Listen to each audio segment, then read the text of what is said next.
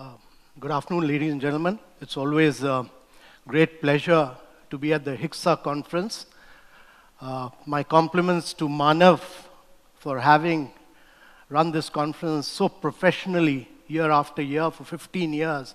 It's a phenomenal achievement to my mind. Manav has spoken at length about travel, tourism, and hospitality industry. But I've always believed that how well we perform in this sector is essentially a function of how well the Indian economy does. Let me try and give you a perspective on that. It was an American traveler, a great humorist, a great philosopher, Mark Twain, who said about India that India is the cradle of human race. It is the birthplace of human speech. It is the mother of history, the grandmother of tradition, and the great-grandmother of legend. And all the great instructions and assets of human civilization are to be found in India. But that was said in 1900. If you look at present-day India, is growing at about 7.5% per annum. It remains an oasis of growth in the midst of a very, very barren economic landscape across the world. But the challenge for India is really to grow at higher rates of 9 to 10% year after year, for 3 decades or more. And this is necessary because 72% of India's population is below the age of 32. The average age of India is 29. It's the youngest country in the world. And the population of India will keep getting younger and younger and younger till 2042. Whereas America and Europe will keep getting older and older. So 8,500 Americans will retire every day, 8,000 Germans will retire every day. And therefore, rarely has a country not created wealth when it has such light dependency burdens. And this, to my mind, is the biggest social and economic transition that is taking place across the world. That the population in India is getting younger and younger. So what does India need to do to grow at high rates of 9 to 10% year after year and take this high trajectory growth rate from 7.5 to 10%? So first and foremost, ladies and gentlemen, India had made itself a very complex, a very complicated, and a very difficult place to do business in. Many of you who've set up hotels know this. And therefore, in the last 4.5, 5 years, one of the key attempts of the government has been to make India extremely easy and simple. It scrapped a number of rules, regulations, procedures, paperwork. 1,300 laws have been removed. We've tried to digitize every single department of the government. We've said that there should be no human interaction. Every department must speak digitally. And that's one of the main reasons why India has jumped up 65 positions in the World Bank Ease of Doing Business. And we are confident that next year we'll jump another about 30, and our target is to reach the top 25 in the next 2 years. But India is a very, very large country. It's bigger than 24 countries of Europe. And the challenge is to make the states easy and simple. So how do you do it in a federal polity? So the first year, we said we'll make the states compete on 100 outcome parameters on ease of doing business. We made the states agree to this. The first year we did this. We said we'll name and shame the states.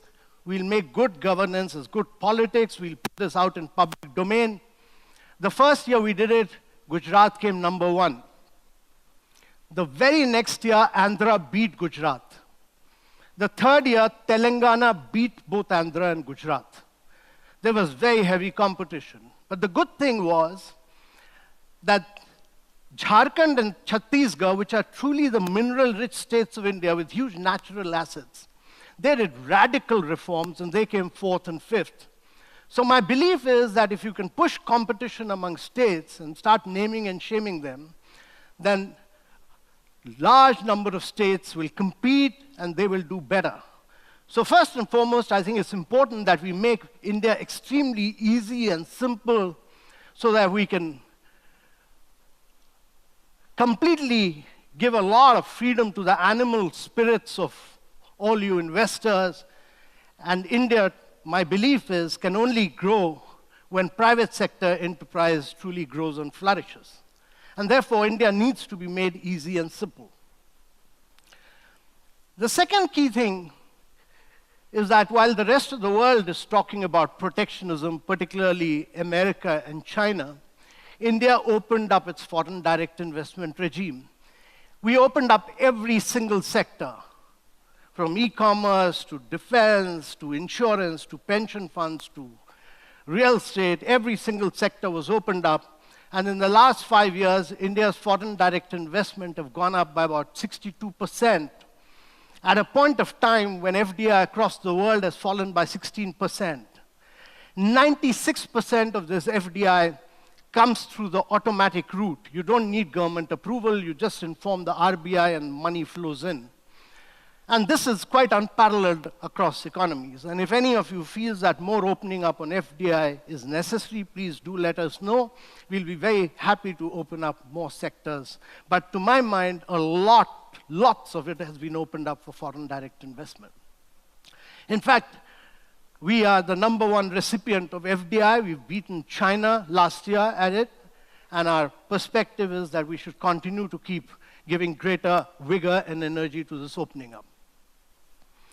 The third key issue I want to talk about is that in the next 5 decades, India will see close to about 700 million people getting into the process of urbanization.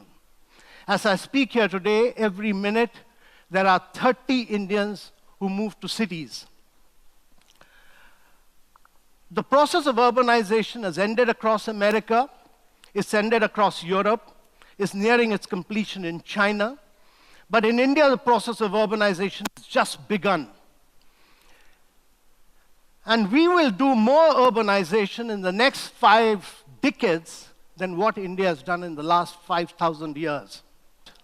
Land, gas, water were all cheaply available. America had the luxury of living in New Jersey, traveling to New York, guzzling gas, creating big limousines, of creating cities like Atlanta, where 99.6% of the people travel by cars, nobody cycles, nobody walks. And therefore, that luxury is not available to India. When India started its process of urbanization, land, gas, water are all scarce commodity. And therefore, India has to do compact, dense urbanization on the back of public transportation. And there are a lot of learning lessons, not from the western part of the world, but from the eastern part of the world, on how Singapore recycles its water, how Yokohama as a city has reduced 40% of its waste, led by a lady mayor of that city through household segregation, how a city like Kitakyushu in Japan became the smartest city in the world because the women of Kitakyushu rose in revolt, and Ministry of Trade and Industry partnered them to recycle just about everything. And there are huge learning lessons for each one of us who are in the business of doing infrastructure creation for the hotel. So you will have challenges of land, you will have challenges of gas, but if India is able to create a unique model of innovative and sustainable urbanization, that will be the model which will be carried forward in the rest of the world. And therefore, the future lies in compactness, in denseness, better livability on the back of public transportation. And this, to my mind, holds the real key. It's important to say this because cities worldwide account for just 3% of the Earth's land mass, but they account for 81% of the global GDP. 3% of the Earth's land mass, 81% of the global GDP, 76% of the CO2 emission. And India, as you are aware, we are killing the lives of our citizens with air pollution. And therefore, how do we do innovative and sustainable urbanization, and how do we clean up our cities is the biggest challenge. The fourth point I want to touch upon is that India has carried out massive structural reforms. Very few countries in the world in the last 5 years have carried out this kind of reforms. First and foremost, we brought in one tax across the economy, that's the goods and services tax. There were 17 different taxes, there were cascading impacts, there was huge queues at state boundaries of trucks and lorries being lined up. All that has vanished. We are in the process of simplifying it further, but it's like putting one tax across Europe. It's a huge, huge reform, and it'll get better and better as we go along. So goods and services tax is a major structural reform. The second big reform is the Insolvency and Bankruptcy Code, which truly ends crony capitalism in India. There are many entrepreneurs in India who used to borrow money from financial institutions, not repaid back. Many never used to put their own equity. All that is over. The story is over. Those who won't do it will lose their businesses, and therefore, Insolvency and Bankruptcy Code has brought in a lot of financial discipline. It has ensured better management, and it will bring in professionalism in the functioning of financial institutions in India. And very few countries in the world have been able to carry out such a radical reform. The third key reform is the direct benefit transfer.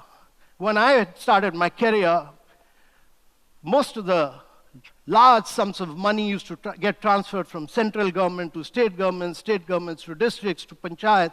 And one of our prime ministers said that only 15% reaches the poor people. But the government has used biometrics, and we are the only country in the world with 1 billion plus biometric. We're the only country in the world with 1 billion plus mobile. We're the only country in the world with 1 billion plus bank account. And we've used the power of what we call the jam trinity to transfer amounts of 500 schemes to people living below the poverty line with 100% efficiency. And we've saved close to 95,000 crore rupees by just using the biometric mechanism. And therefore, increasingly, India will become one of the most efficient economies in the world. The power of biometric will make India one of the most productively efficient economy in the world. The fifth point I want to talk about, the other key reform. So I talked about GST, I talked about Insolvency Code, and I talked about DBT. But the fourth big reform, radical reform, has been the RERA, the Real Estate Act, which has brought in discipline amongst a lot of builders. And many of us, people like me, middle class, who paid money to builders, never got their houses. And RERA is one of the big reforms which will ensure discipline in the real estate sector. And therefore, these are major, radical, structural reforms in the life of a country. And in the last 5 years, these reforms have been pushed with great political will, administrative energy, and they will deliver results. Many of them have started delivering results, but you will see the big boom impact of this in the next 2 to 3 years. The fifth point I want to talk about is that India is seeing a unique energy, vibrancy, and dynamism in its startup movement. Rarely has a country seen such energy. So you heard about Oyo, you've heard about Ola, you've heard about Flipkart being bought over for $20 billion by Walmart. But let me tell you that it's not merely in these sectors. There's a girl called Pranshu Bhandari who runs an app called Hello English and has taught 9 million Indians how to speak English. No school or college has been able to do this. There's another girl called Aditi who runs Imbibe, and she tracks students in Rajasthan using her startup, much like you track Uber longitudinally and latitudinally. And she tracks students on all the subjects and then provides extra dosage of education to those who are left behind, and has made a radical difference to learning outcomes in Rajasthan. There is Ather Energy in Bangalore, run by young students who is doing two-wheeler electric scooters, which has the potential to be the Tesla of the scooter world. And you have Baiju, in which Mark Zuckerberg has invested his personal money and is making waves in the field of education. So I can go on and on and on, but the vibrancy of the startup movement is quite phenomenal. And many of them are trying to find unique solutions to the problems of India. The Silicon Valley has always been innovative, but it looks for solutions for driverless cars, for defense weapons, for war machines. Those are not the challenges which India faces. India faces challenges of recycling water, converting waste into energy, providing seed and fertilizers to farmers on a real-time basis, depending on weather and soil conditions to enhance agriculture productivity. Many of these startups are working in these areas, and if they're able to find solutions to the problems of India, they will be finding solutions not for the 1.3 billion people of India, but for the 7.5 billion people of the world who will be moving from poverty to middle class in the next 15 years. And therefore, the market is not 1.3 billion people of India, but the 7.5 billion people of the world. And therefore, you will see a huge amount of disruption taking place in India because of this energy. Every single sector will cause massive disruption, massive upset, and established players will lose their status quo, and new entrants will get in. And this is important to understand. The sixth point I want to make is that India has actually become a unique destination for innovation. Many of us don't realize it, but a lot of innovation for the world, a combination of innovation, entrepreneurship, skill, has led to a lot of innovation at the right price points for the world from India. So Microsoft Bing was innovated in India. General Electric's low-cost ECG machine was innovated in India. John Deere's 60 HP tractor was innovated here. Philips' low-cost sound recording machine was innovated here. Samsung's entire 3G, 4G, 5G work has all been done from India. Last week I was in Bangalore, where I discovered Shell's entire process of converting waste into diesel and petrol for the world, matching BS6 standard, has happened from India. And SAP's entire software development for the fashion world has happened from India. So India has actually enabled a lot of innovation for the rest of the world, and that's why close to 500 multinational corporations have shifted their engineering, research and development to cities like Bangalore, Hyderabad, and now Pune, Gurgaon, many of these cities, which have become centers of engineering, research, and development for the rest of the world. And this is truly amazing. And they are driving innovation for the rest of the world. The seventh point I want to make is that actually India's engineering is utilizing technology in many areas to leapfrog.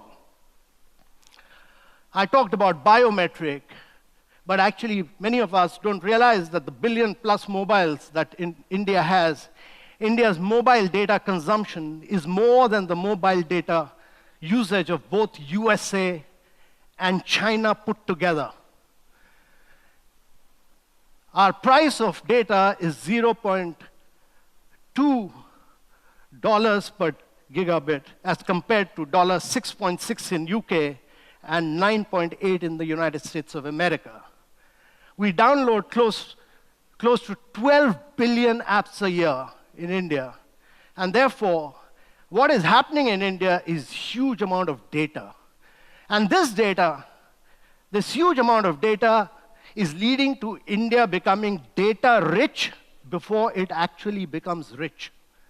And this data richness of India is leading to close to 400 startups doing a lot of machine learning, analytics, using artificial intelligence to push financial inclusion for people living below poverty line. And therefore, physical banks will die out, physical bank managers will not be there. I have not used my debit card, credit card for over a year and a half, and I can assure you that India will be the first country in the world to make debit card, credit cards, ATM machines all technologically irrelevant. Because we'll all be using mobile, using apps, Google Pay, Apple Pay, Samsung Pay, Bheem, to drive all payments in India. And that's why digital payment in India has just boomed.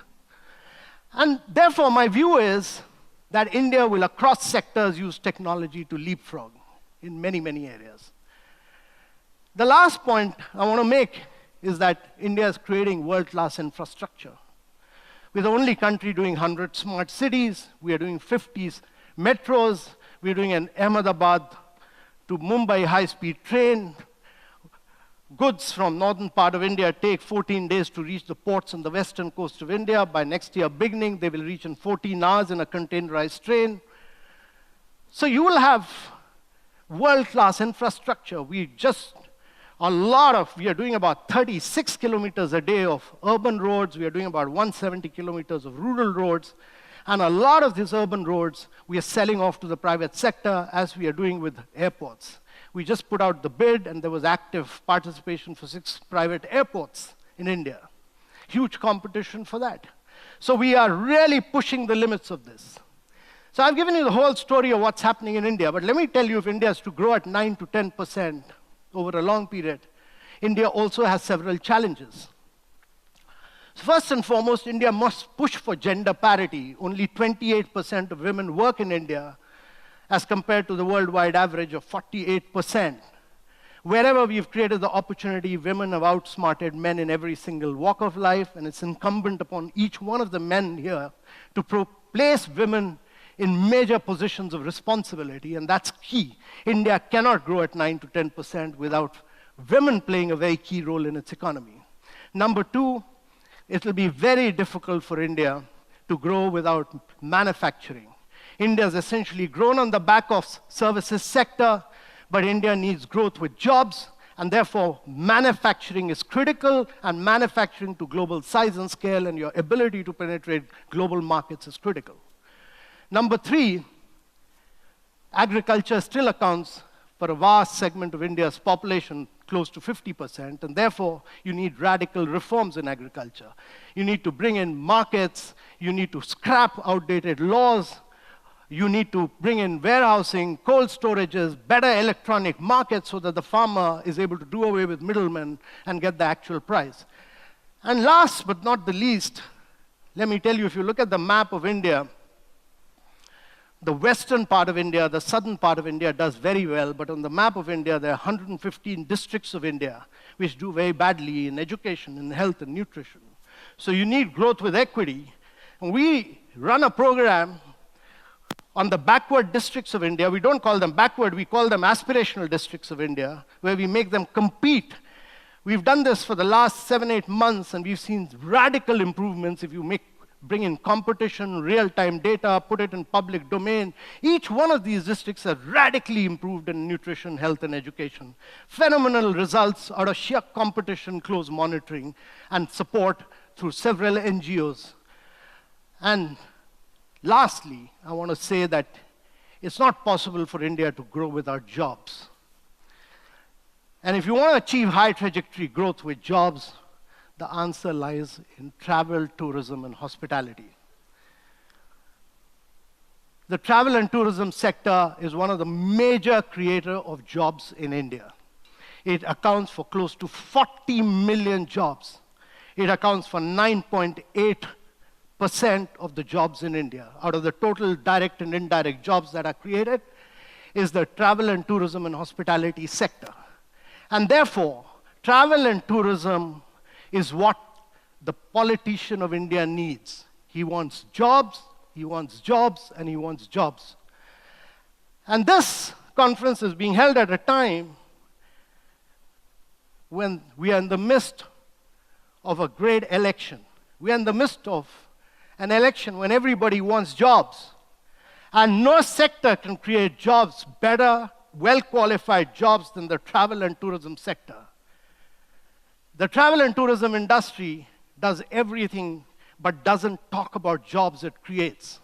And therefore, the entire focus of this industry must be that it is the biggest creator of jobs in India. It creates the best qualified jobs in India. India creates jobs, but there is a challenge with wages. There's a challenge with the quality of jobs. tourism, travel, and hospitality sector is the only sector in India which creates high-quality jobs. And that is what we should focus on and keep focusing on to every single politician in the state. These states cannot grow with jobs. These states cannot grow without equity. And these states, the only key catalyst and driver of this growth with equity has to be the travel and tourism sector. And therefore, we're doing several things. We've opened up the e-visa regime. Any simplification that is called for, we'll push for it. Over 150 countries we've pushed for it. We're opening up the islands of India in a very innovative, sustainable manner. So you'll see a lot of bids coming out for Andaman and Lakshadweep. We are creating the biggest convention and exhibition center to push the MICE market. In Delhi, we are creating the biggest convention center of Asia, much bigger than any convention exhibition center of Asia, close to Dwarka, which will have close to 13 to 14 hotels. We are redoing the entire Pragati Maidan, and that is the model which we are pushing for in every single metro of India. And post-election, we'll push for the opening up of close to about 100 railway tourism trains in India. So our belief is that we'll keep pushing for growth for travel, tourism, and hospitality industry because this sector provides the answer to India's biggest challenge, the challenge of growth with equity, the challenge to growth with jobs. You, all of you sitting here, really provide the answer to India's biggest challenge, which it is confronted with in this election. That is the challenge of growth with jobs. Thank you very much, ladies and gentlemen.